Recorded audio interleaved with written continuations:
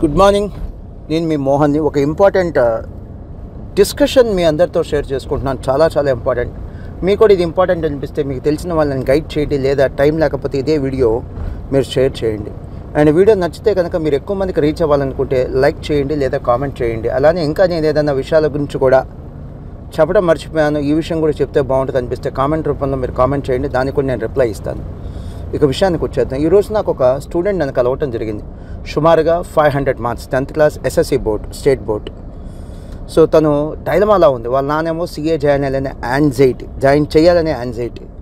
So నా దగ్గరికి ఎందుకు తీసుకొచ్చారంటే old student reference, old student ద్వారా జరిగినటువంటి అడ్మిషన్. ఆ మాటకు వస్తే మాకు చాలా అడ్మిషన్స్ ఓల్డ్ స్టూడెంట్స్ ద్వారానే జరుగుతున్నాయి. So old student reference. So నేను ఆ పాప నన్ను వచ్చి కలవటం జరిగింది. తను డైలమాలో ఉంది. వాళ్ళ నాన్న ఇన్ఫ్లుయెన్స్ చేస్తున్నాడు, సిఏ జాయిన్ అవ్వమా అని. నేను ఫస్ట్ ఏమన్నానంటే, సార్ అమ్మాయిని ఒక 2 నిమిషాలు మాట్లాడదని చెప్తాను, మీరు ఎందుకు సిఏ జాయిన్ అవ్వమంటున్నారో మీరు రీజన్ చెప్పండి సార్ అన్న. ఫస్ట్ వన్ ఆయన ఒక 3 రీజన్స్ చెప్పాడు. ఒకటి, సార్ మా అమ్మాయి కెపాసిటీ నాకు తెలుసు సార్, తను హార్డ్ కోర్ ఇంటెలిజెంట్ ఏం కాదు, అబవ్ యావరేజ్ స్టూడెంట్, కొద్దిగా హార్డ్ వర్క్ చేసే నేచర్ ఉంది, హార్డ్ కోర్ ఇంటెలిజెంట్ ఏం కాదు. సో ఐఐటికి కానీ లేకపోతే నీట్ లాంటి ఎగ్జామినేషన్ కానీ బాగా చదివితే సరిపోదు, వేలాది మందిని లక్షలాది మందిని దాటుకొని మంచి ర్యాంక్ తెచ్చుకోవాలి. అంత కెపాసిటీ మా అమ్మాయికి లేదు సార్, నాకు మా అమ్మాయి గురించి తెలుసు కదా, అందుకనే నేను ఐఐటి కానీ లేదా నీట్ కానీ వద్దనుకుంటున్నాను అన్నాడు. మరి సిఏ సార్ అన్నాను. సో సిఏకి ర్యాంక్ రావాల్సిన అవసరం లేదు, ఆల్రెడీ మా చుట్టాల పిల్లలు 1-2 సిఏ చదివిన వాళ్ళు ఉన్నారు, వాళ్ళు కూడా రికమెండ్ చేశారు, సిఏకి ర్యాంక్ తెచ్చుకోవాల్సిన అవసరం లేదు, జస్ట్ పాస్ అయితే చాలన్నారు. మా అమ్మాయి కెపాసిటీకి అది సూట్ అయ్యిద్ది అని నాకు అనిపిస్తుంది సార్ అన్నాడు. ఇక 3వ పాయింట్ అని చెప్పింది ఏంటంటే, సార్ ఇక్కడ ఏదన్నా ఐఐటి కానీ లేదా బీటెక్ కానీ లేదా ఇంకేదన్నా చదువులు చదివిస్తే గుంటూరు లాంటి ప్లేస్లో మనకు జాబ్స్ ఉన్నాయా అని అడిగాడు. ఎందుకు లేవు సార్ అన్న. సార్ గొప్పగా చెప్పుకునే జాబ్స్ ఏమున్నాయి సార్, బెంగళూరుకో, చెన్నైకో, లేకపోతే హైదరాబాద్కో లేదా ముంబైకో, ఇలాంటి సిటీస్కి వెళ్ళాలి, లేకపోతే అబ్రాడ్కి వెళ్ళాలి. అదే సిఏ చదివిస్తే నా అదృష్టం బాగుంటే అమ్మాయి గుంటూరులోనే సెటిల్ అవ్వచ్చు, జాబ్ కావచ్చు, లేకపోతే సెల్ఫ్ ఎంప్లాయ్మెంట్ అంటే ప్రాక్టీస్ కావచ్చు, వేరే ఊరికి వెళ్ళాల్సిన అవసరం లేనటువంటి చదువు కదా సార్. అమ్మాయి ఏమీ ఎక్స్ట్రాడినరీ మెరిట్ కాదు, రేపు సెటిల్మెంట్ కూడా నేను ఎక్స్ట్రాడినరీ సెటిల్మెంట్ లాగా ఐఐటి పాస్ అయిన వాళ్ళు సెటిల్ అయినట్టుగా, మెడిసిన్ పాస్ అయినట్టు సెటిల్ అయినట్టుగా నేను ఆశించట్లేదు సార్. అమ్మాయి కెపాసిటీ ఏంటి, దానికి తగినట్టుగా సిఏ, అమ్మాయి కెపాసిటీ ఏంటి, దానికి తగినట్టుగా సెటిల్మెంట్ అనే నేను ఆశిస్తున్నాను సార్. ఇవన్నీ కూడా నేను ప్రాపర్గా అంచనా వేయకుండా, రియలిస్టిక్గా నేను ఆలోచించకుండా బ్లైండ్గా నేను తీసుకెళ్ళి ఏ ఐఐటీనో లేదా మెడిసినో జాయిన్ చేస్తే ఏం జరిగింది సార్, 2 ఏళ్ల తర్వాత ఐఐటీ పాస్ అవ్వదు అంటే ర్యాంక్ రాదు, నీట్ జాయిన్ చేశాననుకో ర్యాంక్ రాదు, తర్వాత ఏ బీఎస్సీనో బీకామో బీటెక్ ఇలాంటి సాధారణమైన డిగ్రీ కోర్సెస్ చేసి ఇబ్బంది పడాలి. ఏమి ఇబ్బంది పడాలి సార్ అన్న, జాబ్ కోసం ఇబ్బంది పడాలి సార్. మంచి కోర్సులు చేస్తే ఈ రోజున జాబ్లు ఉన్నాయి, కానీ యావరేజ్ చదువులు లేకపోతే యావరేజ్ కోర్సెస్ చేస్తే జాబ్స్ ఉన్నాయి సార్ అన్నాడు. సరే అమ్మా, నాన్న చెప్పిన దానికి నువ్వు యాక్సెప్ట్ చేస్తున్నావా లేదా అని నేను అమ్మాయిని అడగటం జరిగింది.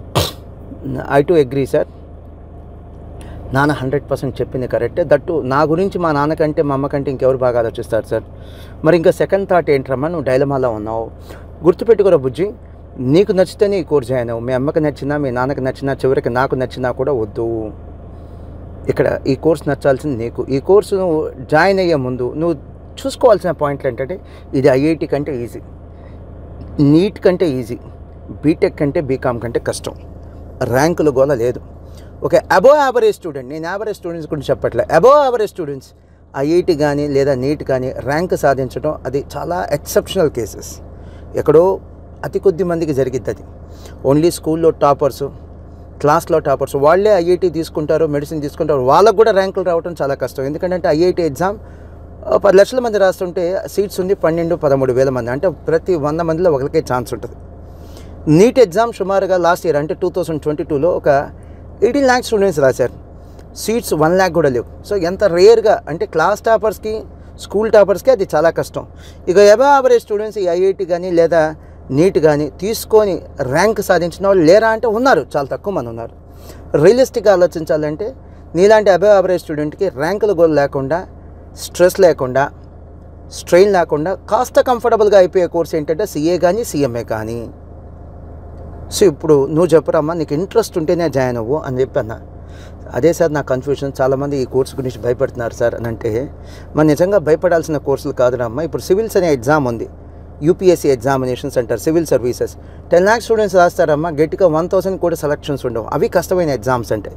ఐఐటి 10 lakhs స్టూడెంట్స్ రాస్తారు, గట్టిగా 12,000 మంది, 12,000 13,000 కట్టే సీట్స్లో. అవి కష్టం అంటే. మెడిసిన్ అంటే నీట్ ఎగ్జామ్ రాస్తారు, 18 lakhs 20 lakhs స్టూడెంట్స్ రాస్తారు, గట్టిగా 1 lakh సీట్స్ కూడా. అవి కష్టమైనంటే. బట్ సీఏ లాంటి ఎగ్జామినేషన్లో అమ్మ యావరేజ్న, నేను ఫైనల్ కూడా చెప్తున్నా, యావరేజ్న సీఏ ఫైనల్లో 25 to 30% పాస్ పర్సంటేజ్. ఎందుకంటే ఇయర్లీ 2 times ఉంటుంది కదా, 2 సార్ల మీదుగా. ఒకసారి రాసి పాస్ అయ్యే వాళ్ళు ఉంటారు, ఇంకో కొంతమంది సెకండ్ టైం రాసి పాస్ అయ్యే వాళ్ళు ఉంటారు. ఈజీగా 25 to 35% సీఏ ఫైనల్ పాస్ అయ్యే వాళ్ళు ఉంటారమ్మా. సీఏ ఫైనల్ నేను చెప్తుంది, సీఏ ఫౌండేషన్ కాదు, ఎంట్రీ లెవెల్ కాదు, సీఏ ఫైనల్ పాస్ అయ్యే వాళ్ళు ఉంటారమ్మా. మళ్ళీ 3వసారి రాసి పాస్ అయ్యేవాళ్ళు ఇంకా కొంతమంది ఉంటారు, కనీసం 10-15%. అంటే యావరేజ్న సీఏ ఫైనల్ పాస్ అయ్యేవాళ్ళు 40 to 50% ఉంటారు. ఇదిరమ్మా ఇక్కడ ఉండేటువంటి సక్సెస్ రేట్, నువ్వు వరి అవ్వాల్సిన అవసరం లేదు అని చెప్పడం జరిగింది. చివరిగా నేనేం చెప్పానంటే, నేను చెప్పానని మాస్టర్ మైండ్స్లో జాయిన్ అవ్వద్దు, నేను చెప్పానని సీఏ కోర్సులో జాయిన్ అవ్వద్దు. ప్రాక్టికల్గా ఇవన్నీ ఆలోచించు, ఇవన్నీ రియలిస్టిక్గా నేను చెప్పింది కరెక్టా కాదా, నేను చెప్పింది రియలిస్టిక్గా కరెక్టా కాదా, ఫ్యాక్ట్స్ అండ్ ఫిగర్స్ కరెక్టా కాదా, గూగుల్ చేసి చూడు, కావాలంటే చెక్ చేసి చూడు, ఇవన్నీ కరెక్టే కదా చెక్ చేసుకుని ఆ తర్వాతే అడ్మిషన్ తీసుకోమని చెప్పాను. సో నేను ఎందుకు ఈ వీడియో నేను షేర్ చేయమంటున్నానంటే, చాలామంది 10th క్లాస్లో మంచి మార్కులు సాధిస్తున్నారు, లైఫ్లో చాలామంది ఫెయిల్ అవుతున్నారు. కేవలం improper selection of intermediate course, అది సిబిఎస్ఈ కావచ్చు, ఐసిఎస్ఈ కావచ్చు, లేదా ఎస్ఎస్సి బోర్డు కావచ్చు.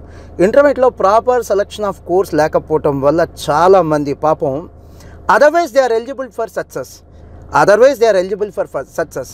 సక్సెస్ సాధించగలిగిన వాళ్ళు కూడా కెపాసిటీ లేకపోయినా ఈ ఐఐటి, మెడిసిన్ లాంటి కోర్సెస్ తీసుకోవటం వల్ల ఫెయిల్ అవుతున్నారు. ఇది నా అభిప్రాయం. అండ్ మీకు కూడా ఇది కరెక్ట్ అనిపిస్తే మీ ఫ్రెండ్స్ని గైడ్ చేయండి, సిబ్లింగ్స్, నైబర్స్, రిలేటివ్స్ని గైడ్ చేయండి, లేదా ఈ వీడియో షేర్ చేయండి. నేను ఇంకేదన్నా చెప్పలేదనిపిస్తే కనుక కామెంట్స్ రూపంలో చెప్పండి, నేను వాటికి కూడా రిప్లై ఇస్తాను. మీకు విభేదించాలనిపించినా కూడా కామెంట్ చేయండి, నేను వాటికి కూడా రిప్లై ఇస్తాను.